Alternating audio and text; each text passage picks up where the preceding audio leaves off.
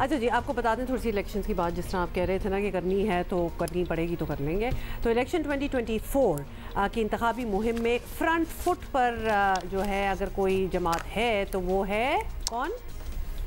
Peoples party के मतलब आप सोच रहे थे कि किसकी बात कर रहे हैं? जल्द से जुलूसों के साथ काफ़ी देर से फ्रंट फुट पे है। सियासी मुखालिफिन को बिग सरप्राइज भी दे रही है। निगरान वफाकी वज़ीर दाखिला सरफराज बुख्ती, जिन्होंने ताज़ा इस्तीफ़ा दिया था, कल पीपल्स पार्टी को मुबारक हुए। वो आसिफ जरदारी ने इस मौके पर बलोचिस्तान की तरक्की के वादे भी दोहराए। बलूचिस्तान पाकिस्तान का दिल है, मैं पहले कह चुका हूँ और आज भी दोहरा रहा हूँ कि पाकिस्तान चली बलूचिस्तान के जोर पर रहेगा। इंशाल्लाह मैं बलूचिस्तान को ऐसा बनाऊंगा कि बलूचिस्तान पहले से 10 गुना बेहतर होगा। साथ साथ आपको ये भी बता दें कि सरफराज बुख्ती की पीपल्स पार्टी में शमूलियत को सियासी हलकों में बहुत दिलचस्प और रमानी खेज़ अंदाज में देखा जा रहा है, क्योंकि बाप पार्टी के कुछ रहनुमा मुस्लिम लीग नून और कुछ पीपल्स पार्टी में शामिल हो गए हैं। ये पहले भी हमने रिपोर्ट किया था आपको। और सरफराज बुख्ती का कहना है कि पीपल्स पार्टी उनके लिए नई नहीं। मेरे लिए ये एज़ाज़ की बात है कि आज मैं उस सरज़मीन से पाकिस्तान पीपल्स पार्टी को ज्वाइन कर रहा हूँ, जिस सरज़मीन ने न सिर्फ जमहूरियत के लिए बल्कि पाकिस्तान की सालमियत के लिए बड़ी कुर्बानी दी है। पाकिस्तान पीपल्स पार्टी मेरे लिए नई जमात नहीं है।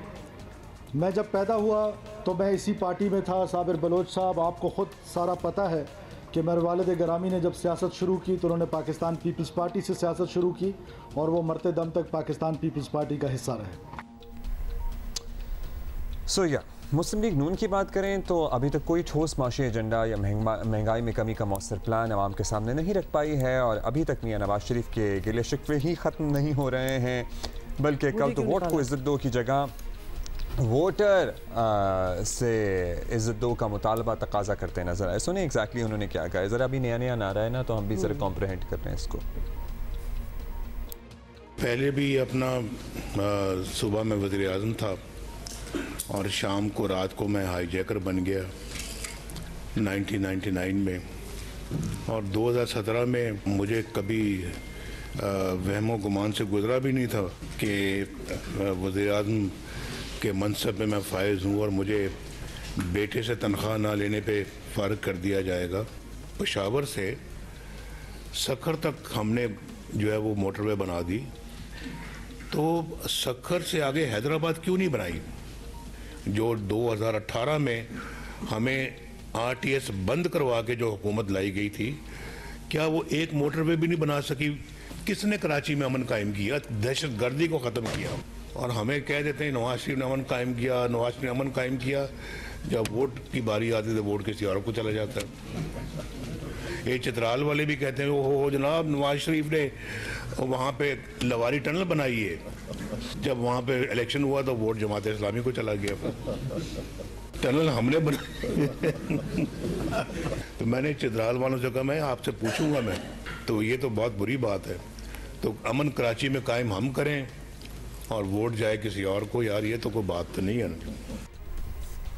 अच्छा जी, इलेक्शन सीज़न का ऑफिशियल आगाज़ जो है वो हो चुका है और पहले ये तासुर था कि मियां साहब तमाम केसेस से बरी होने के बाद भरपूर इलेक्शन मुहिम चलाते दिखाई देंगे, और ये भी हो गया।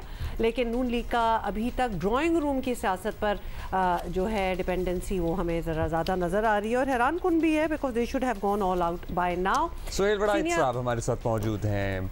तज्ज़िये इनके बड़े इंटरेस्टिंग होते हैं हमेशा से ही। बड़ाइत साहब, इलेक्शन स्केड्यूल आ गया, सुप्रीम कोर्ट ने भी एक हद तक ये तय कर दिया है कि डेट तो फिक्स्ड है, डेट जैसे कहते हैं तारीख तय हो गई है। और इसके बाद सियासी जमातों में बड़ा जोशो खरोश भी नज़र आ रहा है। मियां नवाज शरीफ को देखें तो वो मुझे क्यों निकाला वाली बात दोहरा रहे हैं, बल्कि अब तो वोटर्स से भी शिकायत कर रहे हैं कि काम नवाज शरीफ करे और वोट किसी और को। तो आपको लगता है कि इन शिकायतों के बाद कोई फ़र्क पड़ेगा या इनमें अभी भी दमखम बाकी है? वोटर को अब भी दिलचस्पी होगी इनकी ये बातें सुनने में? नहीं, ज़ाहिर है मियां नवाज शरीफ देखें, वो चाहते हैं कि उनका बयानिया इतना ज़ोरदार हो कि वो जो पीटीआई का बयानिया है उसको बहा दें, और वो इसीलिए वोटर से एड्रेस कर रहे हैं कि मैं काम करता हूं और दूसरे काम नहीं करते, तो इसलिए मेरी तरफ मुतवज्जो हों। लेकिन होता यह है कि पंजाब के अंदर जो है तो मज़लूमियत जो है वो बड़ी पॉपुलर होती है।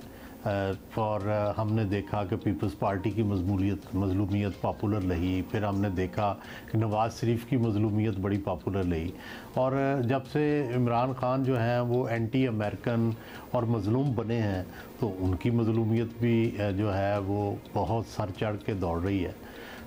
लेकिन हमने देखा है कि देहात के अंदर जो है वो आम तौर पर ये जो मजलूमियत है ये इतना काम नहीं करती।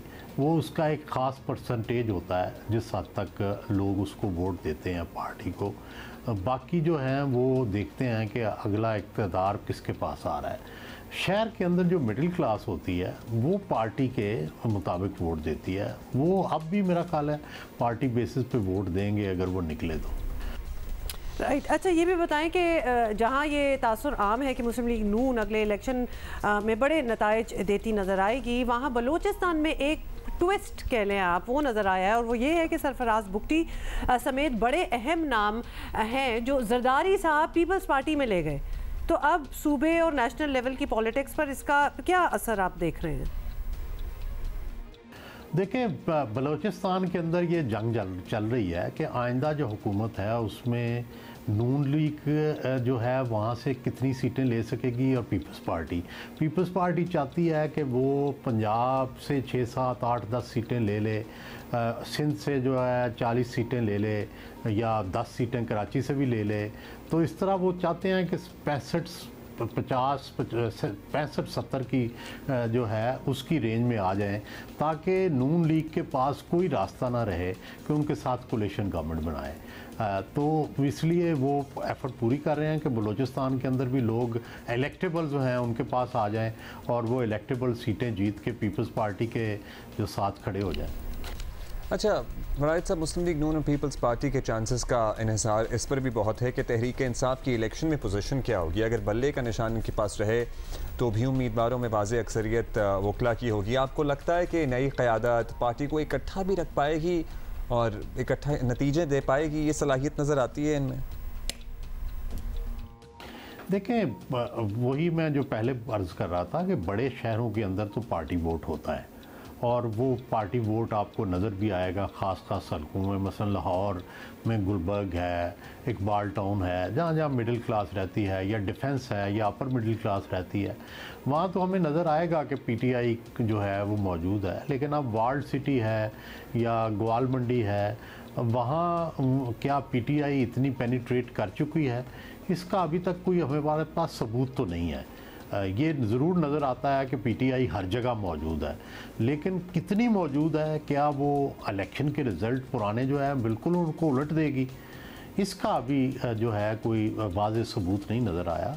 तो लेकिन पीटीआई ज़ाहिर है शहरों में मौजूद है। जब वकला जो हैं वो इसको लीड करेंगे तो वकला के पास ज़ाहिर है ऐसे वकला होने चाहिए जिनके पास वसाइल भी हों, जो पैसे भी खर्च करें। इलेक्शन जो है उसमें जो पैसे ना खर्च करे वो भी ज़्यादा कामयाबी नहीं हासिल करता। आपको 300 साढ़े 300 पोलिंग स्टेशन जो हैं एक एमएनए को उनका इंतज़ाम करना होता है, और कुछ ना भी करें तो ये क्या वो कर पाएंगे, ये सवाल बहरहाल मौजूद रहेगा। Remains to be seen। बहुत बहुत शुक्रिया सोहेल बराज साहब फॉर बीइंग विद अस।